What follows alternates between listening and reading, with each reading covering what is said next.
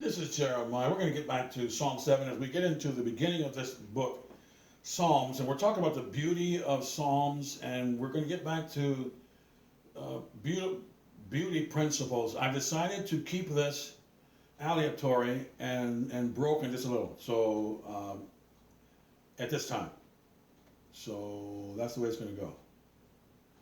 I'll probably go back to the enumeration I have here of 1, 2, 3, 4, 5, 6, 7 for beauty, and we'll go over that again as we go through the Bible. Okay? Because I'm going through the Bible and I'm putting certain segments in sound doctrine, and I'm putting some under playlist number 7. Okay? I just gave a lesson on my music videos on a visual lesson on the 12 stones. I told you I was going to give you the 12 stones of the walls of Jerusalem, and I just gave it to you. I have some very colorful look at what these stones look like. That goes for emerald or amethyst. I gave you giant stones in a music video that you can just look and see what it's going to look like, New Jerusalem, because that's one of the things we'll always go back to here, which is heaven. Everything beautiful is 5. That's the concept of transition. And number 7 is heaven itself. Now let's get back to Mr. David here. My defense is of God, which saveth the upright in heart. So now he's breaking it down for us here. Now we see that the deliverance comes to those who are seeking to please the Lord, not being perfect in pleasing the Lord. There's nothing wrong with David rolling off all of his blue ribbons. In other words, the things you do good, you can talk about them, but you have to know how to talk about them. That's why they call heresies heresies. They don't know how to address what they do properly. I teach you how to address your blue ribbons properly. It's okay for you to toot your horn. You got to know how to toot it. It's okay for David to talk about him serving and telling God about it, but he better do it properly. He better watch out.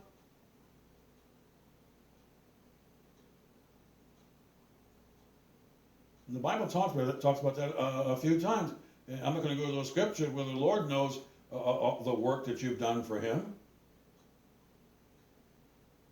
And it's up to him as to how he's going to take that into account, because he's the one who does all the measuring. I don't do any measuring for people, the good they did, the bad they did, and all that. Pastors have to do that a little bit, because they have to kick people out of the church.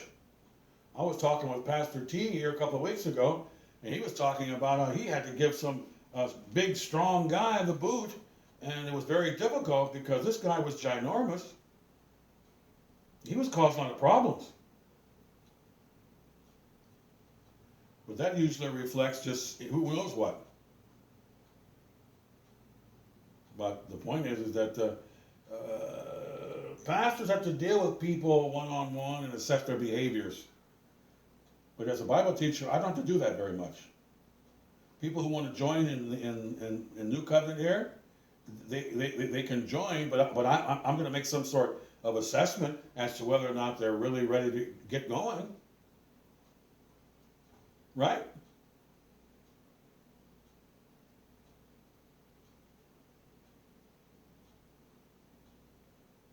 God judgeth the righteous, and God is angry with the wicked every day. So here he is giving some more information. He's doing some heavy teaching here. See, David's like Paul here. They both of these guys, they really know how to pour the honey on your brain here. These guys are making you think. This is intelligence supreme here. David's telling you something really important, which is God assesses people who are trying to do the right thing. That's what he means. And what he's implying is that they're doing a lot of good deeds. And God's going to assess them. But the people who are devoted to doing wrong things, they're toast. In other words, people who are trying to do the right thing, there's hope for them. That's what David is saying.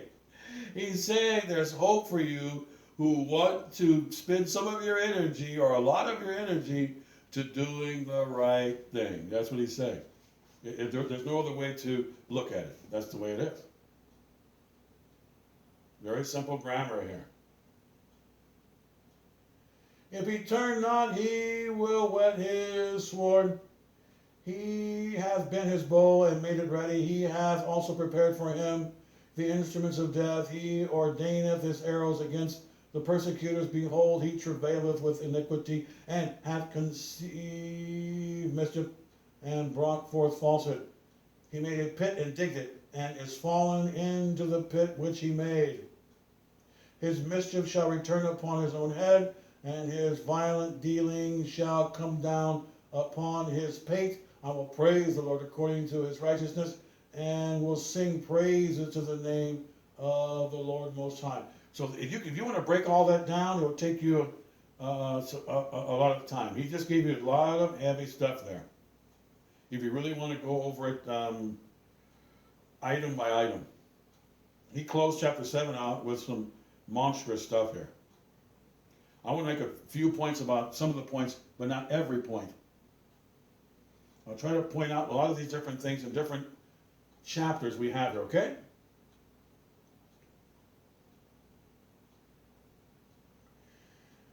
First thing I want to point out is that God obviously is preparing. He already knows what he's going to do about getting the bad people.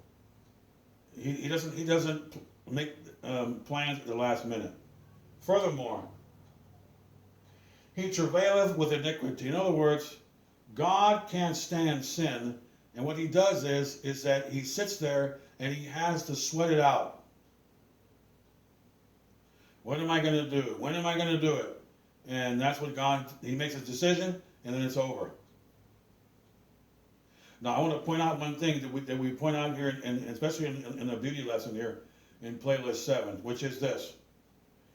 Even though the Lord is travailing with the wicked people, does that mean that that his throne is disturbed, or that he doesn't have peace and rest and love and truth deep down in his soul, sitting right about 24,000 miles above your head, directly above your head? No. When God deals with bad people, it becomes a separate part of him. He's like two different people. The Bible teaches that God is never moved, shaken, or disturbed. However, when he's dealing with people, he will have a separate mind that's dealing with them. That's quite obvious. Now, as far as getting into in depth on what I just told you, I'm not here to talk about that. That's too deep for me. As David said, the writer we're reading right now, I don't concern myself with matters that are beyond my reach, okay? That's, God's ways in many ways are above our ways and so forth. But it's quite obvious that God's not sitting on his throne shaking and stuff because of people who sin. That's not the point that David's making. But there's obviously a part of Father that has to be uncomfortable with what he's saying. God's uncomfortable with wicked people, bad people.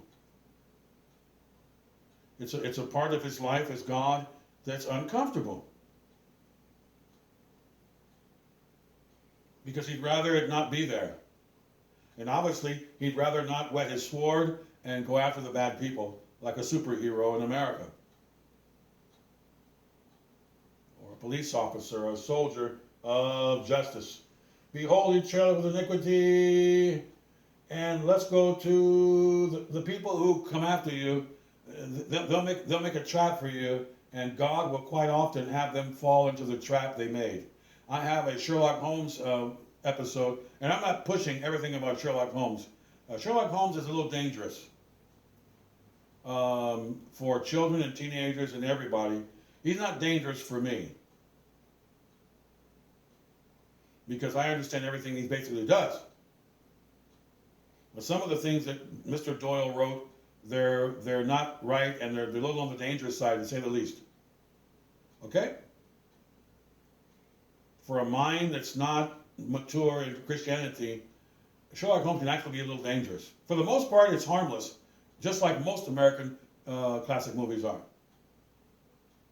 Or 50 to 70% of American classic movies from 1935 to 1950 are basically harmless. Even their science was more honest.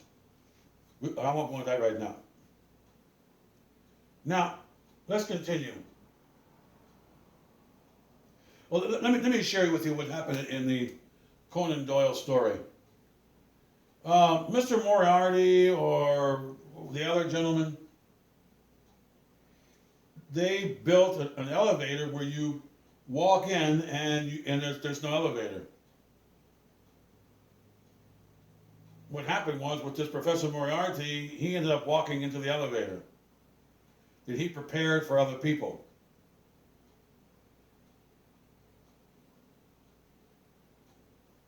And so this is what you may call poetic justice, but we won't get into that. We're not going to get into too much negative stuff here in this year. I will praise the Lord according to his righteousness and will sing praise to the name of the Lord Most High. So he's going to sing praises. Praises are in accord with his righteousness or his correct call. In other words, David's lived most of his life as a nice guy, concerned for people, defending Israel with knocking down the great behemoth Goliath. And he's got a lot of things on his record, and God is going to do the right thing by taking into account that he has been a nice guy. And so all his enemies are going to be wiped out because of that. But there's also an aspect of this where you don't deserve deliverance even though you did a lot of good things. Which goes back to the name of Jesus Christ, which means the Lord saves, and he saves people who don't deserve to be saved. Delivers them, the word that David uses, deliverance. That's to be removed from a difficult situation. Very difficult. Okay?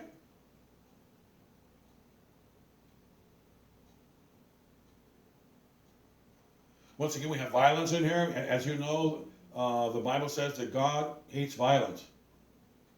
That's why when you go to heaven and you're in the rapture, either one, there will never be any more violence that you'll ever see again.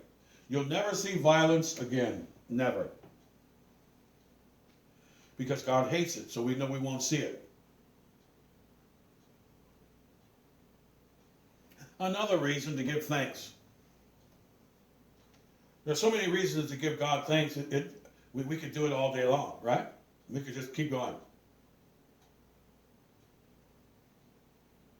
Can you enumerate the good things that God has given, is giving, and will give? There's not enough time in the day.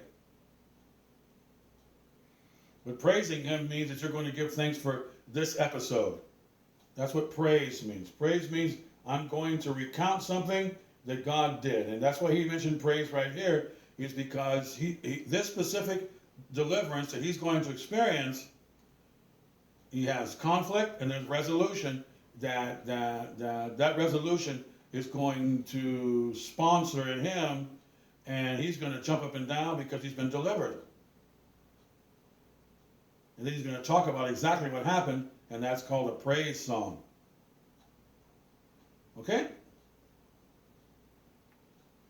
Which means his name is being glorified. Is being verified. People are actually getting saved and delivered. So that his name means Yah saves, and he's saving. Now we're going to skip 8 for now. We're going to get back into, I want to get back into some of the basics of beauty here.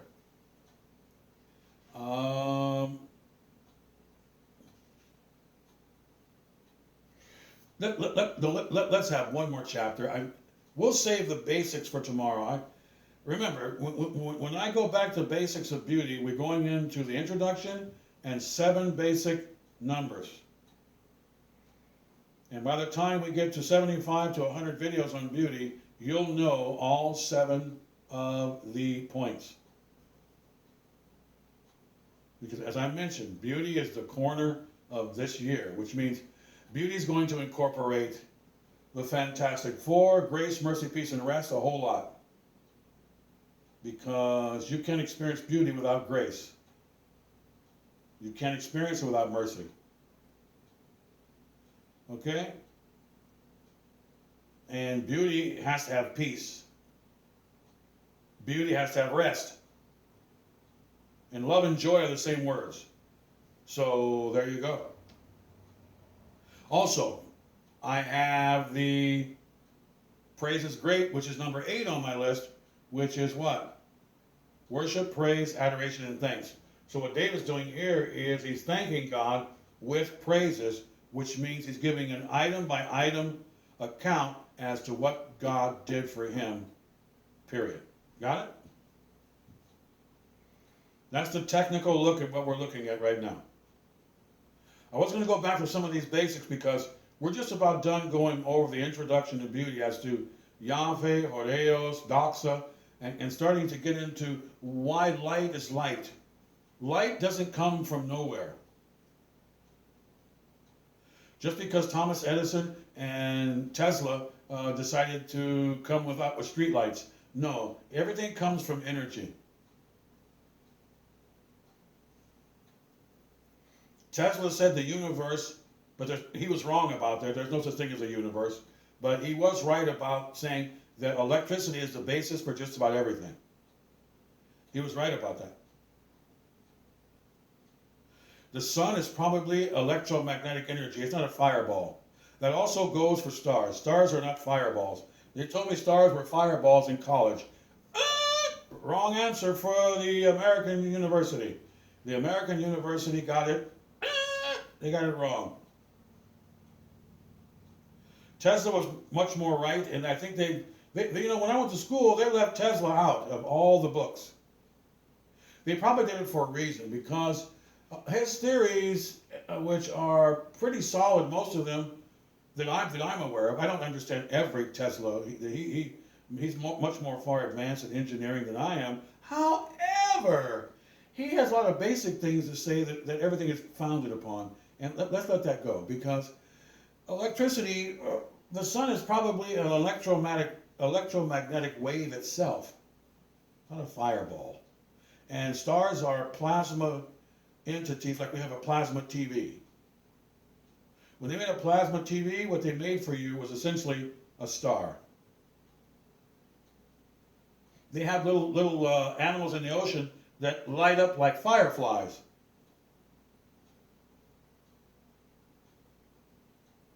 That little creature is very similar to a star. Jeremiah, why do you know these things? Because Jeremiah doesn't watch TV all the time. That's why. A lot of my relatives and friends, they watch TV all the time. And I've spent most of my youth watching basketball because I really like basketball. Well, guess what? And I like throwing the football. To me, it was a waste of time, more or less. However, I enjoyed it, and we'll let it go at that. I would have been better served studying my dictionary or something, but we'll let that go.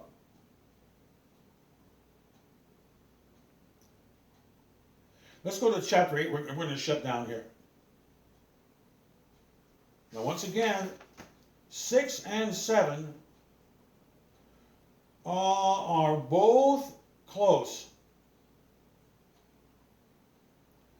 because we have the punishment of the wicked in both chapters big time, which David spent a lot of time, and the psalmist, they spent a lot of time talking about and sharing with us the difficulties of persecution of being an Israelite from the world and their own families and friends. That's what's going on here. There's a war going on, and we're getting insight into those wars. And what's beautiful about it is that people are having personal problems of their own problems. They can go to 6 and 7 and read it, and then go to 10, because 10 goes right back to it again. 6 starts the ball rolling for really deep problems. 3 and 4 are confidence with problems. But 6 is, it's gotten too heavy for me. It's just gotten too much. Help! That's David in 6. 3 and 4, I'm confident. Okay, all right.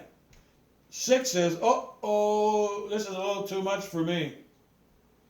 This has gotten down to my bones. Then 7, he gets back into getting help again.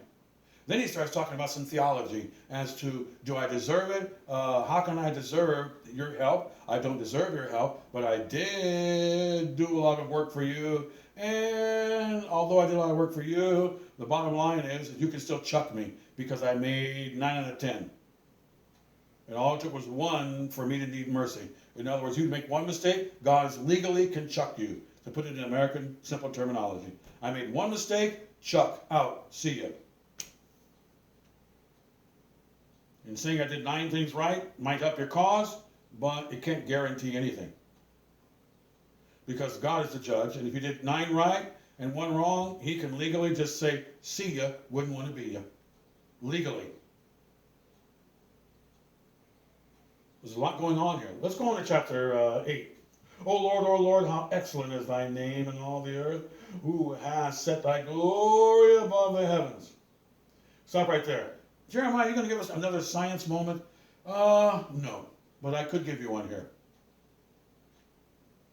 See, when the Bible says something, you're supposed to read it and agree with it and not argue with it. This is not hippie time when we read the Bible. Read the Bible. It's not the book of Revelation when Jesus says he has 7 stars in his hand. This is matter of fact, done deal. That means that the Lord has set what? His glory, thy glory, above the heavens. And the key word is set. Who has set? Did you get that? Who has set? What does the word set mean?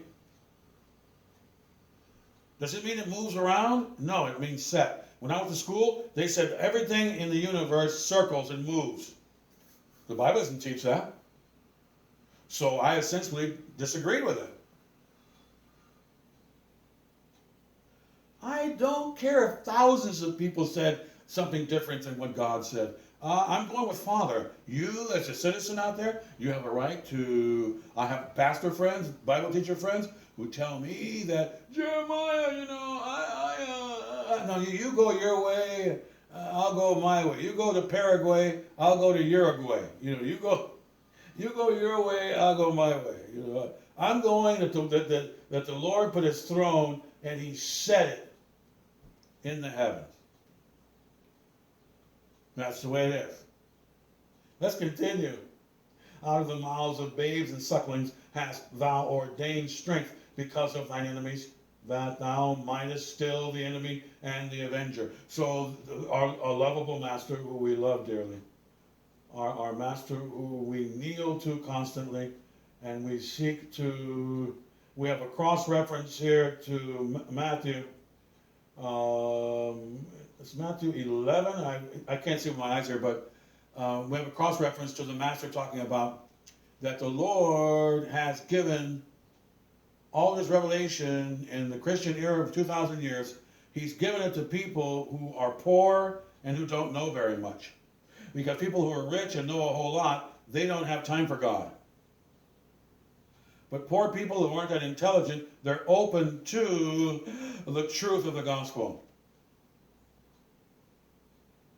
And since they don't have a lot of money and status, they can't be proud of anything per se, so they're ripe candidates for receiving eternal life and assistance from Almighty God. Babes doesn't mean children here. It means people who really are open to what's in the world. They don't know everything, and they're just open. Feed me something. Or you can look at it this way. They're not satisfied with what they have. They're poor, they have no status, and there can be very little satisfaction for most humans under those circumstances. That's why we live in Indiana, they have the famous man on TV who's called himself Indiana Jones, who said, I'm looking for fortune and glory. Well, he's not looking for submission to Jesus Christ and to be a servant. So he's just condemned himself, Mr. Jones. At that point in time, he's condemned because he's not seeking to serve the master. He's not a suckling. He's not open to serving God and being humbling thyself in the sight of the Lord. He's seeking to find something to make himself proud of himself. He's tying himself up, is what he's doing. Someone told him that's the path to take. Unfortunately, a lot of Americans have bought into this philosophy. That's why it's called Indiana Jones. He's from Indiana. And we call this the path of not life, but the other path.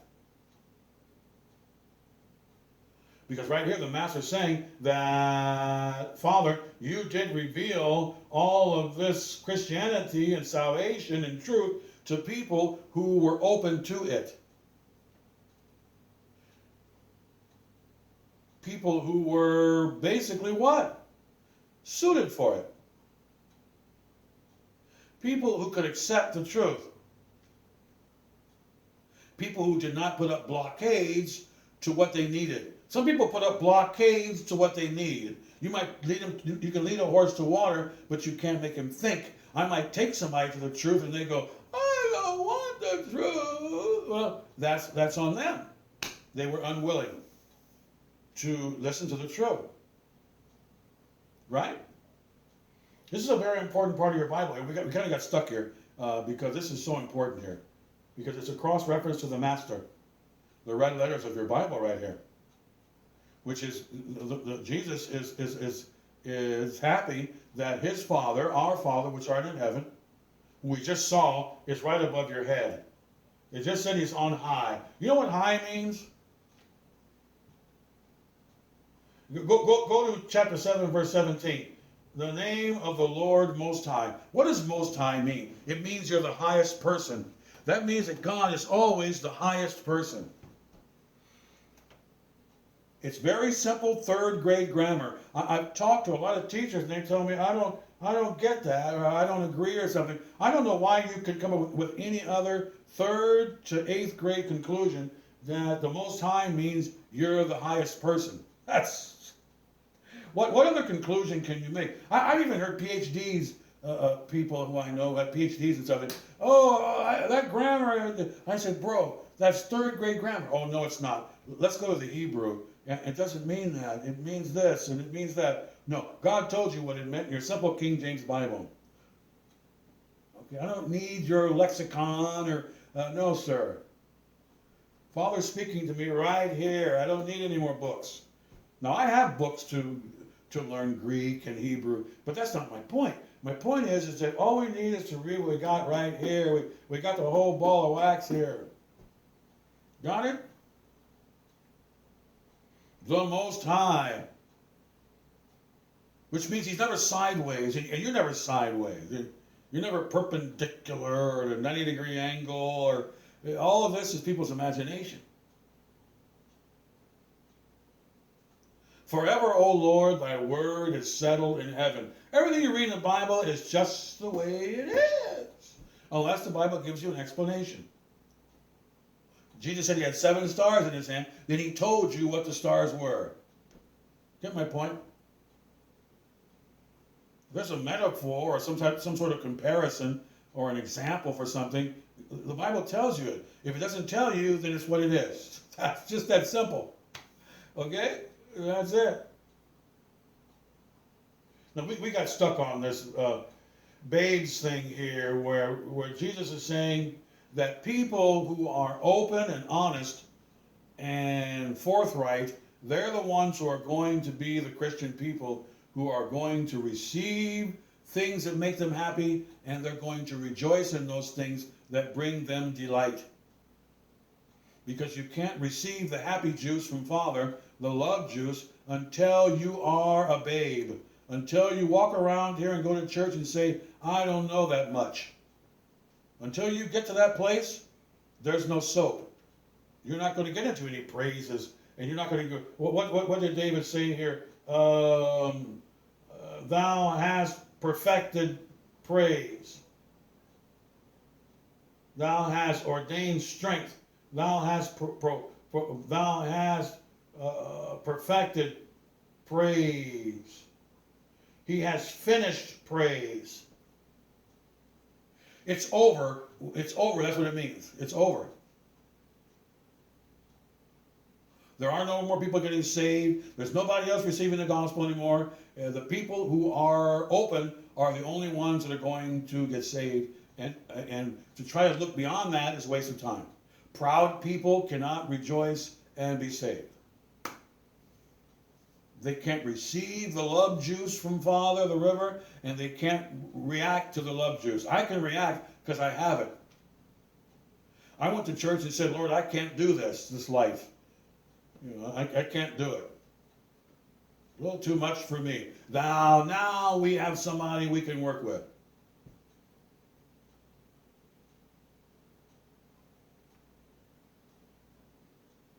That's what it means. And if you don't go through the steps of somebody like David, what he's doing right now, he's practicing righteousness, which is he's being very humble in the sight of the Lord. That's what he's doing. And now he's going to get help. See? And the thing is that right here we have the idea that the master is talking about, that the Lord's name, which is the first verse, is excellent in all the earth, which means that that when God put heaven above you, he put it there permanently. That's what it means. And it's in stone, it's not moving anywhere, it's not moving, and it's excellent. And God has set up salvation the same way. The next verse. Salvation is set up in stone so that everything is done properly. And what God is doing is perfect. That's what excellence means. That God is perfect. He's doing the perfect thing by people who are humble and caring. They're the ones who are going to heaven, and they're the ones who are going to receive salvation. Because they're open and they're humble, and those are the ones who are going to receive God's excellence. I have received the excellence and the perfection of the Word of God, the intelligence. I've received it. But I had to be like a little chick, opening my mouth and opening up myself to it. I couldn't walk into church proud, going, yeah, I did this, I did that. No, I had to walk in there in complete humiliation before the Son of the living God. That's what I had to do. That's what everybody has to do.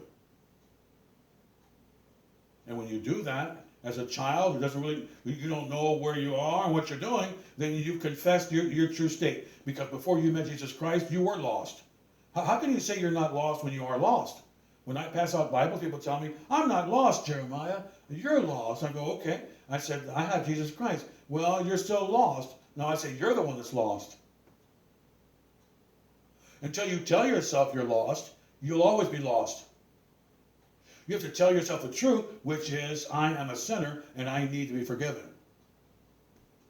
Then we can get some soap going here. We can get some lather going. We can play ball. Until then,